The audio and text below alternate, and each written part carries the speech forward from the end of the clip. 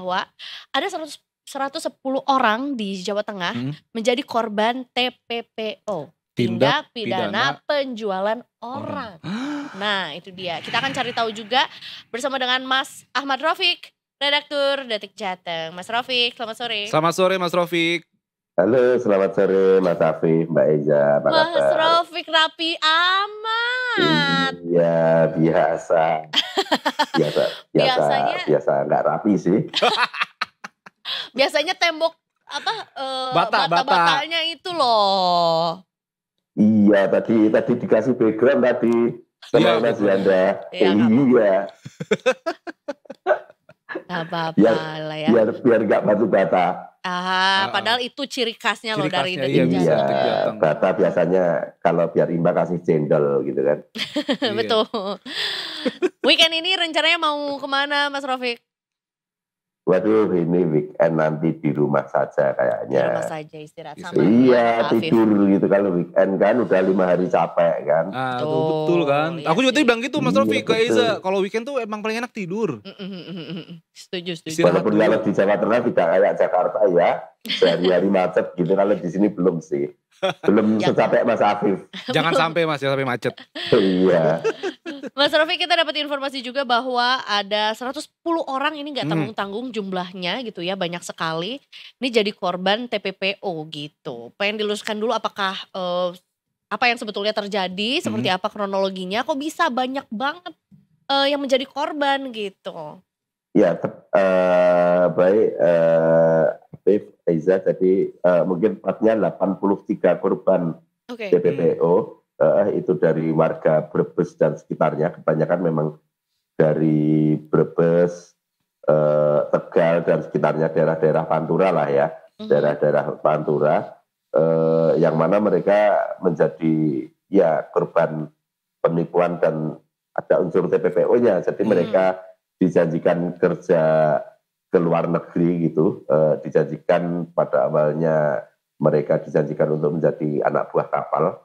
Biasa kan barangkali mereka mendapat gaji kapal pesiar, kapal pesiar itu kan memang biasanya memang gajinya memang cukup besar. Dan ketika mereka sampai di Eropa, ternyata mereka hanya dipekerjakan sebagai bartender di rumah makan cepat saji kayak gitu, yang tentu saja gajinya tidak sesuai dengan dengan yang dijanjikan semula.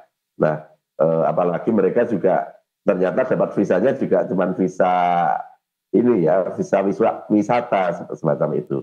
Jadi akhirnya mereka dari 83 orang itu pada akhirnya ada 5 orang yang bisa kabur dan kembali lagi ke Indonesia, dan mereka melaporkan kasus ini ke kepolisian sehingga kasus ini terungkap. Dan masih ada ini 78 yang saat ini masih bertahan di Eropa karena mereka juga mau pulang tidak punya biaya semacam itu. Mereka juga harus bersembunyi dari kejaran otoritas setempat karena mereka berangkatnya sudah tahun lalu, maka kalau tahun ini mestinya memang visa mereka sudah habis semacam itu. Dan saat ini juga selain kasusnya diproses, kepolisian juga masih berusaha untuk mencari korban-korban lain yang berada di Eropa dan nantinya akan dipulangkan ke Indonesia. Iya. Ini kayaknya bukan kasus yang sekali atau 2 kali ya Mas Rafiq ya, di daerah Jawa Tengah Mas ya? Kayak sebelumnya ada juga berapa? Memang iya betul di Jawa Tengah memang cukup marak sebenarnya kasus TPPO itu, perdagangan orang. Memang rata-rata modusnya hampir sama.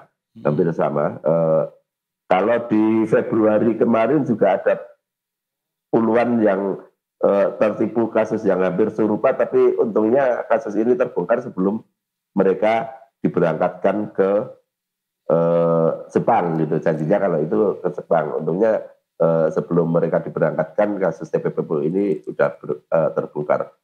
November kemarin lebih banyak lagi dalam sebulan terbongkar ada 28 kasus dalam sebulan. Sebulan. Wow. Ada 28 kasus dengan 30-an tersangka dan ada seratusan korban juga. Modusnya juga sama,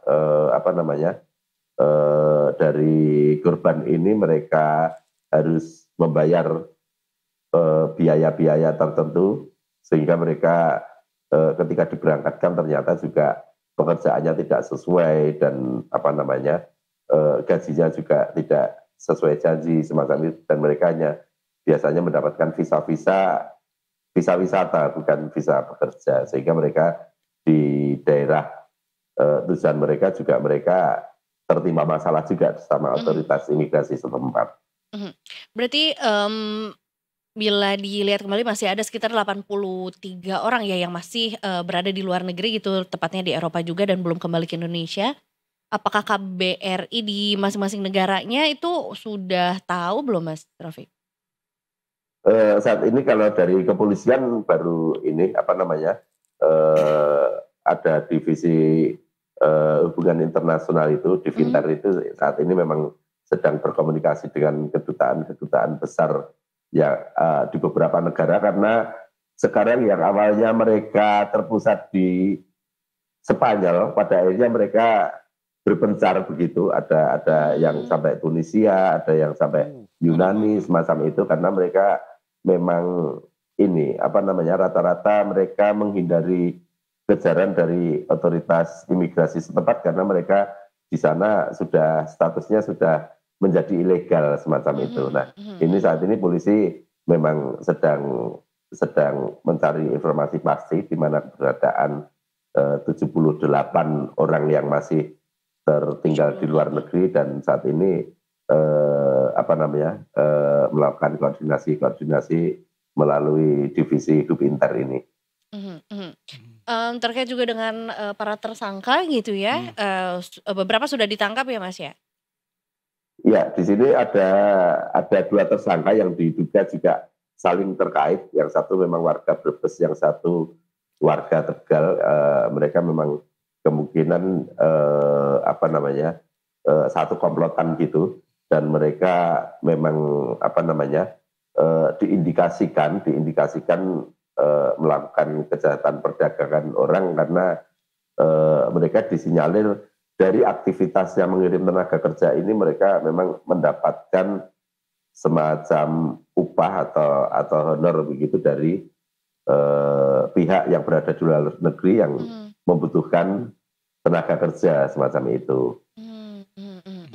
Dan apakah dari Pemda-pemda di tiap kota begitu Mas, di kawasan Jawa Tengah gitu atau mungkin Jawa Timur juga begitu kan, apakah ada imbauan begitu Mas bagi masyarakat? Karena nih aku juga ngeliat berita detik Jateng Mas, April kemarin ini Menteri PPMI Pak Abdul Kadir Karding ini sempat bilang Mas ketika dia di Magelang untuk berhati-hati kepada masyarakat soal pekerjaan dari luar negeri gitu kan, khususnya banyak banget iklannya di media sosial. Bahkan Pak Menteri juga sempat bilang hati-hati kayak ke Thailand, ke Myanmar, dan ke ada 3 negara nih kalau nggak salah nih, Kamboja ya, katanya nanti bisa diculik, bisa dikarungin begitu Mas. Apakah ada Pemda setempat itu lebih Mas, lebih menggalakkan gitu untuk memberikan himbauan, untuk memberikan mungkin pelatihan begitu Mas supaya nggak gampang ketipu begitu?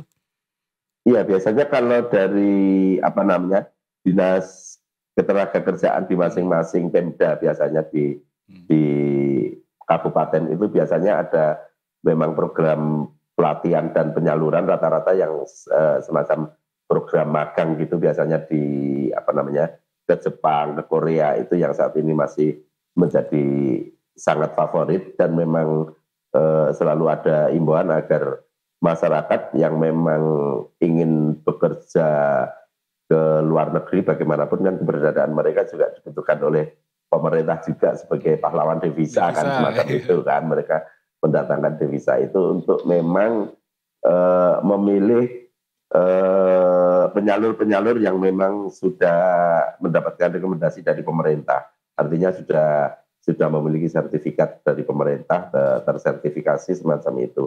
Dan karena memang banyak pelaku tindak kriminal TPPO yang mereka hanya bergerak tanpa lembaga, mereka bergerak tanpa lembaga, hanya menawarkan jasa dari mulut ke mulut, dan mereka menjanjikan pekerjaan itu biasanya di desa-desa, karena di desa-desa mungkin tingkat pendidikan yang masih kurang dan mereka terbuai dengan janji upah yang ya. sangat tinggi semacam itu. Biasanya memang di desa-desa yang memang menjadi banyak sasaran dari para pelaku tindak pidana perdagangan orang ini. Saat ini karena sudah ada 2 pelaku yang tertangkap, proses penyelidikan udah sampai mana Mas? Dan kemudian masih banyak berarti yang harus dicari nih ya sama polisi juga, karena pasti ini terduga pelakunya juga banyak gitu ya Mas? Iya betul. Jadi ini PR dari kepolisian memang cukup banyak. Tidak hanya membongkar kasus ini, tapi juga menyelamatkan dan melindungi WNI yang saat ini masih berada di luar negeri. Kepolisian harus menemukan mereka dan memulangkan para korban ini. Dan untuk pelaku sendiri saat ini sudah menjadi tersangka dan masih terus menjalani pemeriksaan. Hingga saat ini kalau kepolisian sudah menerapkan pasal berlapis, ada 2 undang-undang yang dikenakan kepada kedua tersangka ini. Yang pertama adalah Undang-Undang Perlindungan Pekerja Migran Indonesia, yang kedua adalah Undang-Undang TPPO. Kalau yang Undang-Undang Perlindungan PMI ini mereka terancam hukuman sampai 10 tahun penjara, tapi dendanya memang maksimal bisa sampai 15 miliar ini, sangat berat di denda. Kalau di TPPO ini mereka bisa terancam hukuman penjara sampai 15 tahun maksimal. Iya, harus dihukum seadil-adilnya ya, karena kan orang mau cari kerja sebenarnya. betul, merugikan juga di saat sebetulnya ada gerakan-gerakan ya ingin menjadi pahlawan devisa gitu ya, ingin memperbaiki misalnya kondisi keuangan keluarga gitu pasti. ya, berjuang di luar negeri tapi malah jadi korban penipuan juga gitu ya. Iya. Terkait dengan para semangatnya kabur aja dulu kali ya. Nah, tadinya mau ngomong gitu sih. Untuk para korban yang sudah kembali ke Indonesia, gimana Mas kabarnya? Kalau yang sudah kembali di Indonesia memang baik, jadi mereka beruntung masih punya apa ya, semacam dana untuk pulang kembali ke Indonesia, dan mereka setelah kembali ke Indonesia mereka juga bersedia untuk cepat-cepat lapor ke polisi untuk menginformasikan adanya kejahatan ini dan menginformasikan bahwa ada 78 WNI saat ini yang sedang terlantar di Eropa karena menjadi korban kejahatan TPPO ini. Kalau kondisi para korban baik, kebetulan mereka ya walaupun di sana mereka mendapatkan perlakuan buruk ya, mereka dipaksa untuk bekerja selama 24 jam itu mereka hanya diberi waktu istirahat 2 jam. Jadi sehari semalam mereka harus bekerja semacam itu, sehingga mereka memang tidak kuat melalui siksaan di pekerjaan ini.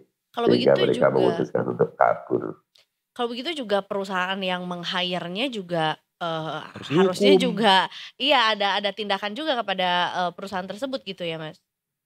Iya, tentunya ini menjadi PR juga dari pemerintah Indonesia untuk berkoordinasi dengan pemerintah setempat, dalam hal ini Spanyol, karena kejadiannya berada di Spanyol, tentunya dari otoritas pemerintahan dan keamanan di Spanyol lah yang barangkali memiliki yurisdiksi untuk melakukan penindakan hukum terhadap warganya yang terlibat dalam kejahatan ini. Oke. Dan ternyata tahu gak sih Zah, Jawa Tengah itu menempati urutan kedua sebagai provinsi dengan pengirim tenaga kerja Indonesia terbanyak ke luar negeri. Oh, banyak pahlawan devisa bener Di tahun sebenarnya 2016 itu ada 9 ribuan tenaga kerja Indonesia yang dari Jawa Tengah. 2018 naiknya tau gak jadi berapa? Berapa? 40.700. Dan memang sebanyak itu ya Mas Rafiq ya, dari Jawa Tengah ya Mas ya? Iya, memang sangat banyak. Dan di daerah Brebes, di daerah Wonosobo itu ada kampung-kampung yang memang mayoritas warganya itu menjadi tenaga migran. Kampungnya cukup megah, itu biasanya ciri-cirinya rumahnya semua keramik sampai tembok-tembok juga dari keramik biasanya semacam Karena itu. sukses Mas ya. Kampung TKI iya betul. Mereka itu. memang gajinya memang cukup tinggi. Kalau ini ya menjadi TKI legal ya, menjadi TKI yang legal. Itu Legal, yang ya. paling penting, Memang legal. mereka gajinya cukup tinggi dan mereka mendapatkan perlindungan, ada hak cuti, Iya, ada tentu. berbagai hak yang memang mereka mereka dapatkan sesuai aturan ketenaga kerjaan di negara-negara tujuan. Dan sebenarnya negara-negara tujuan TKI itu juga sebenarnya menerapkan peraturan ketenaga kerjaan mereka juga tertib juga sebenarnya. Mereka juga mewajibkan majikan untuk memberikan hak-hak kepada para TKI itu memang cukup tertib sebenarnya. Memang cerita-cerita yang miring itu biasanya dialami oleh TKI yang ilegal, di mana mereka tidak mendapatkan perlindungan dari manapun. Betul. Jadi ya lagi-lagi untuk detikers yang memang berniat untuk bekerja di luar negeri ya, cari LPK-nya yang terpercaya. Gitu ya. Udah Sudah punya ada izin, udah punya izin, udah ada ada lisensinya. lisensinya gitu ya, biar Iya, yang favorit Korea kalau sekarang. kenapa? Ya, yang favorit Korea karena memang di sana gajinya besar, biasanya keterkaitannya dengan perusahaan-perusahaan teknologi gitu kan ya. Kalau jalan-jalan nyasar dikit ketemunya artis Korea gitu. Bener. Ya karena mungkin banyak juga yang cari opa-opa kan di sana ya. Iya, betul. Sambil menyelami minum air ya. Sukseslah untuk Opa teman-teman Afif. tenaga migran ya. Terima kasih banyak Mas Rofik informasinya. Nanti Sama-sama, boleh tuh Mas Mas soal Afif, kampung Mbak Isa. TKI itu kalau misalnya di Amadetik Iya, Jateng betul. buat liputan khususnya Mas. Oke, siap nanti. Dulu pernah Oh, pernah dulu? liputan ya, iya betul. Boleh. Coba nanti Boleh, menarik. kita ulas lagi nanti. Kita angkat lagi. Special request ya. Karena Iya. mungkin versi 2025 yang lebih banyak ke Koreanya. Karena kalau dulu kan Iya.